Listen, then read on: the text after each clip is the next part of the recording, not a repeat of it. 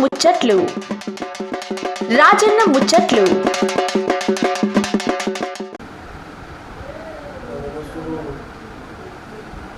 సూర్య ఇక ముందుగా అందరికి క్షణార్థులు రాదనా ఇక్కడ ఉంటుందిలే ఏం జరుగుతుంది ఇక సొప్పలు చూసిన వచ్చి ఇక సొప్పలు చూసిన ఇవి అర్థమవుతుంది కానీ ఏడుకడ ఊరికంటున్నాయా ఇప్పుడు వికారాబాద్ జిల్లాకు చూడరా రావులపల్లి గ్రామము మోన్పేట అన్నారు ఈ ఊరు పెద్ద మనిషి ఎవరు ఊరు పెద్ద మనిషి సర్పంచ్ సార్ మహిళా రిజర్వేషన్ వచ్చారు మేడం సర్పంచ్ శశికళ యాదవ్ రెడ్డి పోలీస్ శశికళ యాదవ్ రెడ్డి ఇక సార్ గురించి చెప్పుకుంటే ఎంత అయినా తక్కువ ఉండరా గత 30 సంవత్సరాలు రాజకీయం చేస్తున్నాడు సార్ ఫస్ట్ బీజేపీ అంట బీజేపీలో టీఆర్ఎస్లో వచ్చి టీఆర్ఎస్లోకి వచ్చి ఊరిని ఏమంటే సపరేట్ గ్రామ పంచాయతీ చేసుకొని మళ్ళీ గీతలా కాంగ్రెస్లోకి వచ్చి మంచి కార్యక్రమం చేస్తున్నాడు ఏం చేస్తుంటే కథ ఈ సోషల్ యాక్టివిటీస్ మంచిగా ఉపయోగపడేది అవన్నీ తీసుకుని పిల్లలు నేను కూడా తెలియజేసుకొచ్చుకుంటే మీ దగ్గరకు వస్తున్నా అని చెప్పి ఇదే కదా పొద్దుగా వేసుకుని కాదు ఇక బస్ ఎక్కి ఈ పొద్దు మీ ఊరికి వచ్చిన పడ్డా ముసేపెట్టికి సురు చేద్దాం మరి ఇక మేడం అంట కదా సర్పంచ్ రిజర్వేషన్ వచ్చిన మేడం అంట కదా ఈ మేడంతో సురు చేసి మీతో ముసే పెడితే రావులపల్లి యాదవ్ రెడ్డి శశికళ ఈసారి కొత్తగా అయింది సర్పంచ్ మా ఊరు ప్రజలకు అందరికీ నాకు ఓటేసి గెలిపించడానికి ధన్యవాదాలు. మనకి రాజకీయ ప్రశ్న ఎట్లా సూర్య పటేల్ మన కుటుంబ సభ్యులు చేసిన రాజకీయం మీరే వస్తుంది కూడా ఎవరు చేయలేదు మేమే చేస్తున్నాము అట్లా మామూలుగా ఉండేది మా వ్యవసాయ కుటుంబం వ్యవసాయ కుటుంబంలోకి వెళ్ళి వెళ్ళి బయటకు వచ్చి చదువుకున్న ఏజ్ నుంచి బీజేపీలో వచ్చి బీజేపీలో మాకు ఫస్ట్ పరిచయం అయింది వెంకయ్యనాయుడు పద్దెం బాలరెడ్డి గారు అప్పుడు మాకు ఎంపీలో పోటీ చేసి మా విలేజ్కి వచ్చి చిన్న యూత్తో మీరు బయట రావాలని మా ప్రస్తావన తీసుకొచ్చిన వాళ్ళు బీజేపీకి వెళ్ళి అప్పుడు అయోధ్య గుడి మందిరం అప్పుడు కూడా అందుకుండి తిరిగినాం ఇక అప్పటి నుండి బీజేపీ చేసి బీజేపీ వైస్ ప్రెసిడెంట్ చేసి జనరల్ సెక్రటరీ చేసిన బీజేపీ చేసుకుంటూ ప్రజెంట్లీ గ్రామ పంచాయతీ మాది ఉమ్మడి గ్రామ పంచాయతీ కోలుకుందా రావులపల్లి అంటే రావులపల్లి సపరేట్ చేసుకుందామనే ఉద్దేశంతో ఇక రాజాన్ని ఎట్లుంటుంది ఉద్దేశం మనకైతే విలేజ్ బాగుంటుంది ఉద్దేశంతో ఇక రాజాన్న సుడ్డలు ఎంకరేజ్ చేశారు అనమాట మాకు చేసి మా మెత్కానంద్ గారు ఎమ్మెల్యే టీఆర్ఎస్ మీరు కన్వే చేసుకుంటే మీకు పంచాయతీ తెప్పిస్తారంటే మేము బీజేపీలోకి వెళ్ళి పంచాయతీ గురించి కండ వేసుకొని నిజం క్లాస్మేట్ మీరు నా క్లాస్మేట్ కూడా మా పార్టీలో రాకపోతే ఎట్లా అంటే సరే మీ మాట ఎందుకు కాదంటారు కానీ మెత్కానంద గారితో మాట్లాడి సరే కండ వేసుకొని మా పంచాయతీ సపరేట్ పెట్టుకొని మేము అసెంబ్లీలో మెత్కానంద గారు చెప్పింది మళ్ళా ఇరాలి దయాకర్ గారు పంచాయతీ రాజ్ శాఖ మంత్రి ఉంటే ఆయన దగ్గర పైన ఆగిపోతే అక్కడ పోయి కూడా మేము మూవ్ చేసుకొచ్చి మా పంచాయతీ మాకు కావాలన్నారు అందులో మనం చేపించుకొచ్చిన ఫలితానికి మా ఊరు గ్రామ ప్రజలు కూడా మనలో సర్పంచ్గా గెలిపించి ఫస్ట్ టైం మొదటి గ్రామ పంచాయతీ మా గురించి యూత్ పిల్లలు కూడా మంచి సహకరించారు టోటల్ యూత్ పిల్లలు ఒకరు కూడా మాకు వెనుకలేని లేకుండా అందరు యూత్ పిల్లలు ఊరందరూ వచ్చారు విలేజ్ మొత్తానికి సహకరించారు మాకు కొద్దిగా మిస్టేక్ ఏంటంటే కొద్దిగా ఆడపిల్లలు ఉంటారు కదా విలేజ్ వల్ల వాళ్ళు కొద్దిగా మాకు సహకరించారు కానీ మిగతా వాళ్ళంతా అందరూ సహకరించారు ఇప్పుడు గెలిచిన తర్వాత మాకు అందరూ సమానం విలేజ్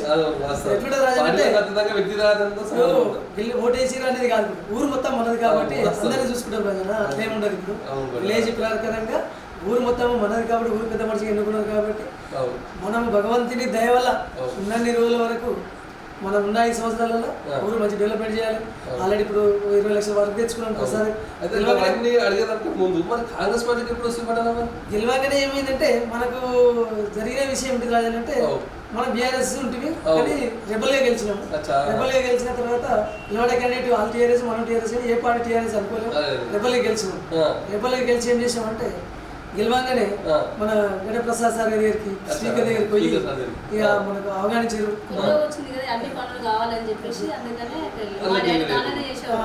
మా మామగారు కాంగ్రెస్ 50 సంవత్సరాలు వచ్చింది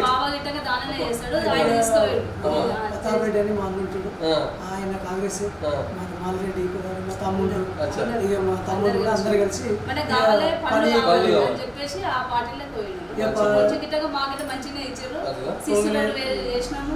మళ్ళీ మేము కాకుండా గెలవడం ఇంటికానే వచ్చినాం. ఇంకా మా ఇంటికానే ఏం చేసుకోలేదు. ఇక అవన్నీ అడిగే ముందు కంటే మరి చదివి చదువుకున్న పడ ఇదే చదువు ఇంటర్మీడియట్ చేసాం. పాస్ అయినా పెళ్ళలేదు. ఇంటర్మీడియట్ ఫెయిల్ అయ్యాం. మరి షాజీ చేసుకున్నాం మేడం. మేము పెళ్లి చేసిన 32 సంవత్సరాలు. 32 సంవత్సరాలు అవుతుందా? అంటే మాట్లాడుతాం అలా అమ్మాయిని చూసిపెట్టిన సమయం వల్ల లేకపోతే ఆ టైంలో మనం ప్రేమించుకుని చేసుకున్నాం. అచ్చా దగ్గర మామ అయితే మామ చుట్టాలు మళ్ళీ చేసుకున్నాం. వ్యవసాయం ఎంత కూడా కూడా మనకి 8 ఎకరాలు ఉంటుంది. ఇక వ్యవసాయం చేస్తే వ్యవసాయం చేసుకుని వ్యవసాయ కుటుంబంలోకి వెళ్ళి వచ్చినాం మనం. కష్టపడి కష్ట సుఖం అన్ని తెలుసు కాబట్టి ప్రజలకు కూడా కష్ట సుఖానికి ఫలితంగా మనకి ఇచ్చారు కాబట్టి వాళ్ళకి ఫలితం చూపిస్తాం. మనకు కాంగ్రెస్ పార్టీలో పోయినందుకు 15 లక్షల సీసీ రోడ్ వేసాం, 10 లక్షల డాక్టర్ భవనం కట్టించాం, కొన్ని పనులు చేసాం. మరి ఎట్టకేలకి కొత్త గ్రామాన్ని సాధిస్తుంది.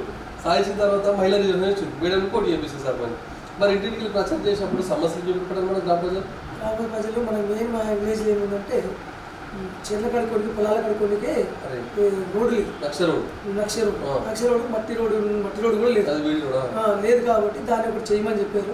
ఖచ్చితంగా చేస్తామని నెరవేరుస్తామని మాట ఇచ్చినాము. ఖచ్చితంగా కొద్దిగా గొప్ప మనం చేసే కాడికి కొద్దిగా చేసి పెట్టి లెవెల్ చేసాము. కొద్దిగా చేసాం కానీ పర్మిషన్ తీసుకొని మనం సార్ గారు కోరినాము. సార్ మనకు పర్మిషన్ ఇస్తామన్నాడు. రోడ్ శాంక్షన్ ఇస్తామన్నాడు. ఆ రోడ్ ఒకటి చేపిస్తామని చెప్పినాం. విలేజ్లో చిన్న ఒకటి గుడమ్మ కూడా ఉంటుంది, చిన్న ఉంటుంది. ఆ గుడి కట్టి ఇవ్వన్నారు, గుడి కట్టిస్తామని చెప్పినాం. విలేజ్కి చేసేది లైట్లు మోరీలు ఇట్లానే చేసేది. జనాభా 500 చిల్లరు. Voter list 400. ఇద్దరు పోటీ చేసేది. ఏ భగవంతుడి దయ వల్ల ప్రజలు మనం డబ్బులు ఏం ఖర్చు పెట్టలేము. మనకి ఇంకోటి సార్ యూత్ పిల్లలంతా ఉండి మనకు పటేల్ ఎప్పటికీ ఎంకరేజ్ ఉంటాడు కాబట్టి మనం ఎంత ఉండాలని వ్యక్తిగత ఖర్చు కాలేదు. మెజార్టీ 17 ఓట్లు. 17 మధ్యలో వచ్చింది దగ్గర అంటే అపోజిషన్ సార్ ఎక్కడ ఉంటాడు? హైదరాబాద్.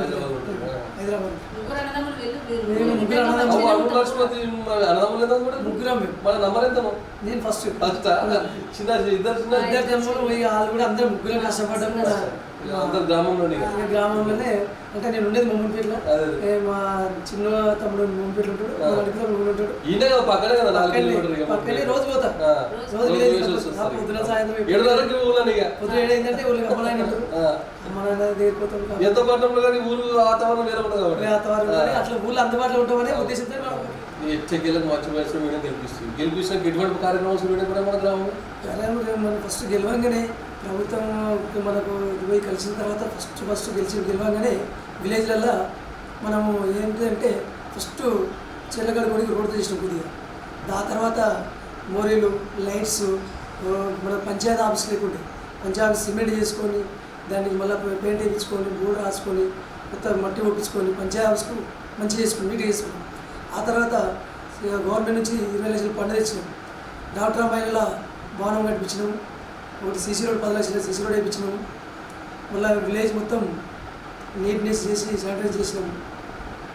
స్కూల్ బిల్డింగ్ మొత్తం కూలిపోయి ఇట్లా మెత్తలు దాని విధంగా తీసేసి మంచిగా చేసినాము. మంచిగా చేపించి దాన్ని తీసేసి దానినే చేసి 2 బాత్రూమ్లు వేసి ఉండే పోలీసారి చేసినాయి. అవి వేరే ఉంటాయి కదా కోరుకుంటే అక్కడ మంచిగా చేయలేదు. అవి గిట్టంగా అందరు పిల్లలు బాత్రూమ్ పోతే టైల్ పోతే అలా పడుతుందని చెప్పేసి అవి గిట్టంగా అన్ని సాఫ్ చేసేసినాం. 2 మోరీలు ఉండే ఆ మోరీలు గిట్టంగా మంచిగా చేసినాం. ఎందుకు రాజనా ఇక మన సొంత డబ్బులతోనంటే విలేజ్కి మెయిన్ ఇంపార్టెంట్గా విలేజ్లో గుడి కట్టిద్దాం అనుకున్నాం. దుర్గమ్మ గుడి, గుడమ్మ గుడి నడి ఊళ్ళో ఉన్నది కాబట్టి గుడి బాగాలేదు. ఒక గుడి నా సొంత డబ్బులతో కట్టిద్దామని నిర్ణయించుకున్నాం. ఇక దానివల్ల మనం ఇంకోటి విలేజ్లో మంచి వాళ్ళు ఉంటారు కదా, పేదోళ్ళు గరీబ్ వాళ్ళు వాళ్ళని ఎవరైనా ఉంటే ఎనీ టైం మంచి చెడుకు చేదోడు వాదోడిగా వాళ్ళకు అర్ధమరాత్రైనా లేచిపోవడానికి సిద్ధపడం, వాళ్ళకి చేదోడు వాదోడిగా ఉండి పనిచేయడానికి నా శాంతిశక్తుల ధర్మమైనంత వరకు నేను పనిచేసే విధానం నాకుంది. నేను చేయగలుగుతాను.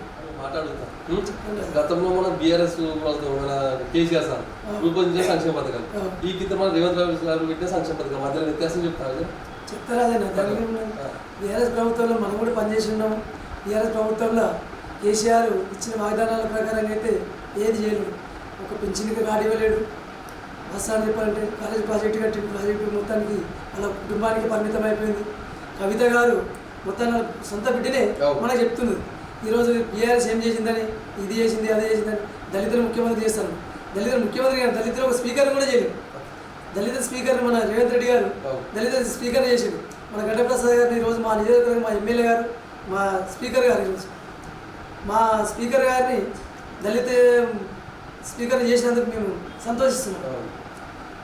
మా మండల లెవెల్లో లీడర్లు కూడా మాకు అందరూ సహకరిస్తున్నారు. మండల ప్రెసిడెంట్ శంకర్, సీనియర్ నాయకుడు Navatar Reddy, market committee chairman Mahender Reddy, మా విలేజ్ ప్రతాప్ రెడ్డి, మల్రెడ్డి,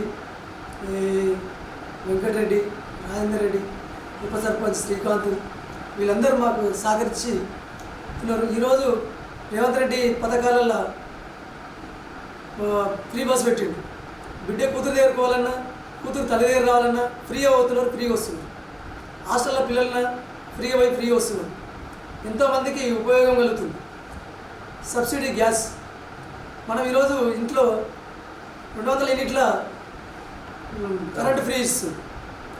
కాంగ్రెస్ ప్రభుత్వం ఒకటి మనకు అంచెలంచెలుగా ఇస్తూనే ఉన్నది. మనకు ఇంతవరకు రేషన్ కార్డు 10 సంవత్సరాలు టీఆర్ఎస్ ప్రభుత్వంలో రేషన్ కార్డు అనేది మండల ఆఫీస్లో పోతే పేరు లేకుండేది. ఇప్పుడు కొత్తగా తల్లిదండ్రుల ఉమ్మడిగా ఉన్న కుటుంబాలు కూడా చేసుకొని ఇద్దరు ఫ్యామిలీ జేటీగా విడిపోయి కూడా రేషన్ కార్డులు తీసుకున్నారు.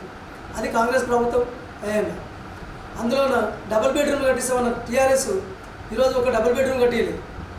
డబుల్ బెడ్రూమ్ కట్టియని ఇళ్ళలో కూడా ఎక్కడ పోయి తెలియదు. కానీ ఇందిరమ్మ ఇండ్లు ఈరోజు మన రేవంత్ రెడ్డి ఈ గారు తీసుకున్న పథకము ప్రతి విలేజ్లో 10 నుంచి 20 ఇండ్లు కంపల్సరీ ఇచ్చింది. మా చిన్న విలేజ్లో కూడా మాకు 10 ఇండ్లు మంజూరైనవి, 4 ఇండ్లు కట్టుకున్నాము. ఇంకా 6 ఇండ్లు మేము ఖచ్చితంగా ఈ మేళ ముగ్గేస్తామని మాట ఇస్తున్నాం. ఖచ్చితంగా మేము రేవంత్ రెడ్డి ప్రభుత్వం మంచి సహకారంతో విలేజ్ని మంచి డెవలప్మెంట్ చేయడానికి మేము ముందుకు కొనసాగుతామని ప్రజలందరికీ మేము ధన్యవాదాలు చెప్తున్నాం. మాట్లాడుతా చెప్పలేదన్నా ఇంకా 4 టైం ఉంది మనకు. అవును, మనకి ఈ సమయంలో మీరు గ్రామంలో చేయబోతున్న కార్యక్రమం కూడా మాకు మా స్పీకర్ గారు మంచి స్పందన ఇస్తున్నాడు. మేము ఖచ్చితంగా మా స్పీకర్ గారు అండ ఉన్నన్ని రోజులు మేము నిధులు మాకు ఇస్తాడు, మేము తెచ్చుకోగలుగుతాము. మాకు అడిగింది ఏది ఖాళీ చేయలేడు ఇప్పటివరకు.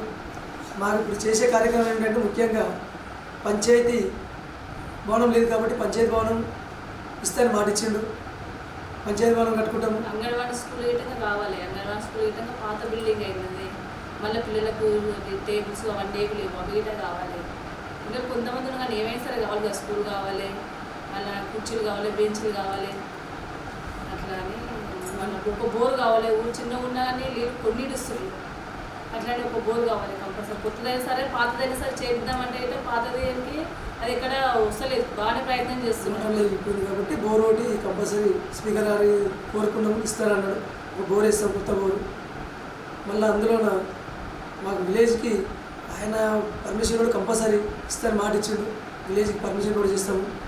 మొత్తం విలేజ్ నుంచి వీరభద్ర గుడి దగ్గర పోయిందా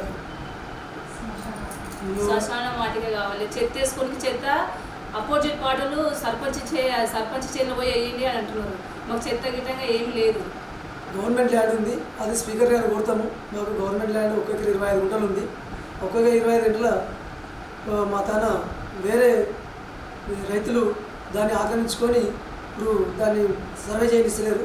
స్పీకర్ గారు కోరి ఎంఆర్ఆ గారికి లెటర్ ఇవ్వమని చెప్పి మేము సర్వే చేసుకొని అక్కడ మశాన వాటిక, జంపింగ్ యార్డు, నర్సరీ వేసుకొని కంపల్సరీ ఆ దగ్గర వాటి పనులన్నీ నిర్మిస్తాము. స్పీకర్ గారు అండా ఉంటే అవన్నీ కట్టుకొని మా రావులపల్లి విలేజ్ని ఆదర్శ గ్రామంగా తీర్చిదిద్దుతానని గ్రామ ప్రజలందరికీ నమ్మకంతో పనిచేసి ఆదర్శ గ్రామంగా మా మొమ్మన్పేట మండలంలో వికారాబాద్ జిల్లాలో మంచి పేరు తెచ్చుకుంటానని నేను గ్రామ ప్రజలందరికీ మాటిస్తున్నాను. మా ప్రజల గ్రామం మంచిగా కావాలని ఒకటే. కానీ వేరే వస్తున్నాం కదా, ఇది కొత్తది కదా, మనం కొత్తగా చేసుకోవాలని చెప్పేసి ఆశించారు. కానీ మన నుంచి ఏమీ ఆశించలేరు వాళ్ళు. అన్నీ మీరు చేయాలి, తెలివి మంచిగా ఉంది అని చెప్పేసి వ్యక్తిగతంగా చూసి ఓట్లు వేసారు. మాకు గ్రామ పంచాయతీ అందరికీ మా మమ్మీని గెలిపించిన అందరికీ ధన్యవాదాలు. అందులోనూ మా మమ్మీ, మా ఫాదర్, మా మమ్మీకి అందరూ చాలా కష్టపడి మేము డబ్బులు పెట్టకుండా మాకు ఓటేసినట్టు ఒకటే ఒక కారణం మేము పనులు చేస్తామని చెప్పి ఒక కారణంతో మాకు ఓటేసారు. మేము దాన్ని ఖచ్చితంగా నిలబెట్టుకుంటాం. మా యూత్లో మేమందరం మా యూత్ గిట్ట మేము మా ఊళ్ళో 21 మంది ఉంటాం. మేమందరం గిట్ట పోయి స్పీకర్స్ అని కలిసినాం అలా మాట్లాడినాక సార్ ఇట్లా రెస్పాన్స్ ఇచ్చిండు. మా ఊళ్ళో ఇంకా చిన్న చిన్న పనులు చాలా ఉన్నాయి చేసుకోవడానికి. మా ఊరిని మోన్పేట మండలంలో ఆదర్శ గ్రామంగా నిలబెడతాం. ఈ కాంగ్రెస్ పార్టీలో మేము ఇప్పటి నుంచి కాదు, మా తాత నుంచి మా మమ్మీ వాళ్ళ డాడీ ఇక్కడ నవపేటలో రామరెడ్డి అని చెప్పి చిరిగిద రామరెడ్డి అని చెప్పి అంటే చాలామంది గుర్తుపడతారు. ఆయన మండల ప్రెసిడెంట్గా చేసినప్పుడు ఆయన 50 సంవత్సరాల నుంచి అదే పార్టీలో ఉన్నాడు.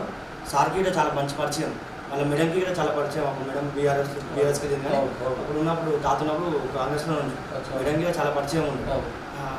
ఖచ్చితంగా మేము ఎక్కడ అన్ని దిక్కుల ప్రయత్నం చేసి మా ఊరిని డెవలప్మెంట్ ఖచ్చితంగా చేస్తాం. దానికి అందరూ సహకరించాలి. ప్రసాద్ సార్కి కోరుకునేది ఏంటంటే మీరు ఇప్పటివరకు మీకు ఎట్లా సహకరించారో అంతకన్నా మాకు ఇంకా సహకరించాలని కోరుకుంటున్నాం. మా యూత్ నుంచి మీకు ఎప్పటికీ సపోర్ట్ ఉంటుంది. మేము ఎప్పుడు మీ నమ్మకాన్ని ఓడగొట్టుకోము. మీరు గిట్ట మా నమ్మకాన్ని కాపాడుకోవాలని కోరుకుంటున్నాం. మా దగ్గరకు వచ్చినందుకు ధన్యవాదాలు రాజన్న. మీకు ఎప్పటికీ సపోర్ట్ ఉండాలని మేము కోరుకుంటాం రాజన్న.